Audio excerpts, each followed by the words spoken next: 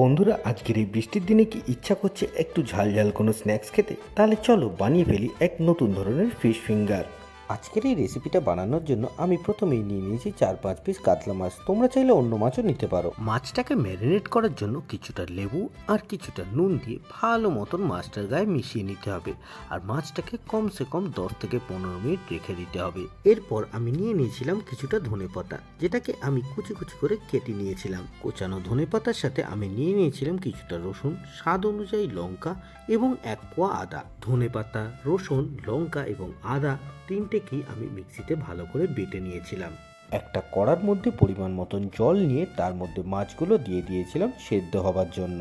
জলটা ফুটে উঠলে দিয়ে দিতে হবে পরিমাণ মতন হলুদ আর নুন। মাছগুলো ঠিক করে সেদ্ধ হয়ে গেলে তুলে নিয়ে একটুখানি ঠান্ডা করে তারপর তার ভেতর থেকে প্রত্যেকটা কাঁটাকে বেছে নিতে হবে। এবার একটা পরিষ্কার কড়া নিয়ে তার মধ্যে দিয়ে দিন 2 চামচ তেল, আর তার মধ্যে ছেড়ে দিন কিছুটা কোচানো পেঁয়াজ। পেঁয়াজটাকে কিছুক্ষণ ভাজতে হবে যতক্ষণ না সেটা লাল হয়ে যায়। আর লাল হয়ে যাবার পরে পরিমাণ মতো নুন দিয়ে দিতে হবে। তারপর দিয়ে দিন মিক্সিতে বেটে রাখা ধনেপাতা, আদা, রসুন এবং লঙ্কা বাটা। মশলার মধ্যে আপনাকে দিতে হবে হলুদ গুঁড়ো, লঙ্কা গুঁড়ো, ধনে গুঁড়ো, জিরে গুঁড়ো আর কিছুটা গরম মশলা। সব মশলা দেওয়ার পরে ভালো মতন সময় নিয়ে মশলাটাকে ভালো করে কষাতে হবে। মশলাটা ঠিক করে রান্না হয়ে গেলে তার মধ্যে দিয়ে দিন সেদ্ধ করে রাখা মাছগুলো এবং সেটাকে ভালো করে রীতিমতো 10 থেকে 15 মিনিট কষাতে থাকুন যতক্ষণ না কালারটা এরকম ব্রাউন কালার হয়ে যায়। এরপর নিয়ে নিন গোটা গোটা 4-5 পিস ব্রেড আর ধীরে ধীরে ছুরি দিয়ে সব কটা ব্রেডের সাইডগুলো কেটে ফেলবেন। এবার রুটিগুলোকে গায়ের জোরে চেপে চেপে বেলে ফেলুন যাতে রুটিগুলো পাতলা হয়ে যায়, আর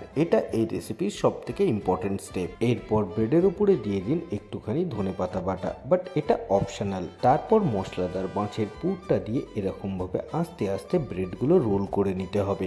আলাদা একটা ছোট পাত্রের মধ্যে একটুখানি ময়দা গুলে নিতে হবে আর তার মধ্যে পরিমাণ মতন 1 চিমটে নুন দিয়ে দিতে হবে, দিয়ে ভালো করে সেটাকে গুলে নিতে হবে। তারপরে প্রত্যেকটা কাঁচা ফিশ ফিঙ্গারগুলোকে এরকম ভাবে ব্যাটারে চুবিয়ে একটা একটা করে বিস্কুট গুঁড়ো দিয়ে কোটিং করতে হবে।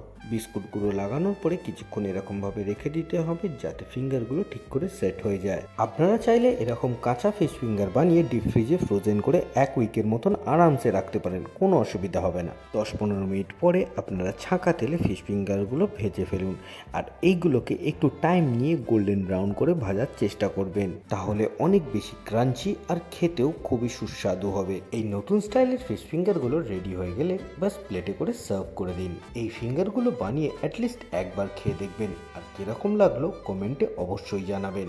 ভবিষ্যতে এরকম সুন্দর সুন্দর রেসিপি দেখতে আমাদের চ্যানেলকে অবশ্যই সাবস্ক্রাইব করে রাখুন।